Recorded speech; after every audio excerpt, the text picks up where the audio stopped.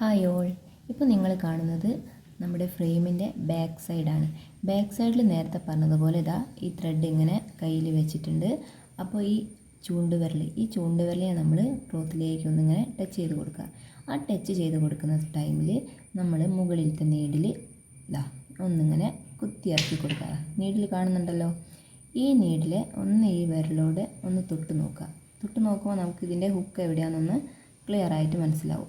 ആ ടൈമിൽ നമ്മൾ എന്ത് ചെയ്യുക, നമ്മൾ ഈ മുകളിൽ കാണുന്ന ഒരു ത്രെഡ് ഉണ്ട്, ഈ ത്രെഡ് എന്ന് പറയുന്നത് ആ നോട്ടിട്ടിരിക്കുന്ന ത്രെഡാണ് നമ്മൾ മുകൾ ഏരിയയിൽ വരുന്നത്.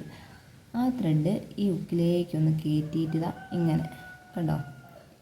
ഇപ്പോൾ ഈ ഹുക്കിൽ ത്രെഡ് കയറി കഴിഞ്ഞു. ഇങ്ങനെ കൊളുത്തിയിട്ട് മുകളിലേക്ക് ക്ലോത്തിലേക്ക് ഇങ്ങനെ ടച്ച് ആവുന്ന ടൈമിൽ നമ്മൾ എന്ത് ചെയ്യുക, നമ്മൾ ജസ്റ്റ് നമ്മളെ കയ്യിലുള്ള ആ നോട്ടിട്ട് വെച്ച ത്രെഡ് ഒന്ന് വിട്ട് കൊടുക്കുക.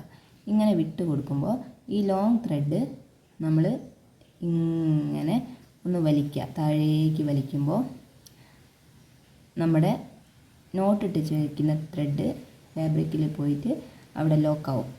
അപ്പോൾ ആ സമയത്ത് നമ്മളെ നീഡിലിൻ്റെ ഉള്ളിൽ മുകൾ ഭാഗത്ത് ഒരു ലൂപ്പാവും.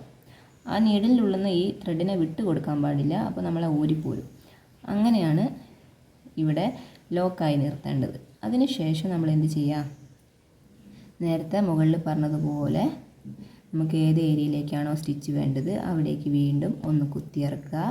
എന്നിട്ട് ഈ ത്രെഡ് ഒന്ന് ഈ നീഡിലായിട്ടൊന്ന് ജസ്റ്റ് ഒന്ന് ഇങ്ങനെ ചെയ്ത് കൊടുക്കുക.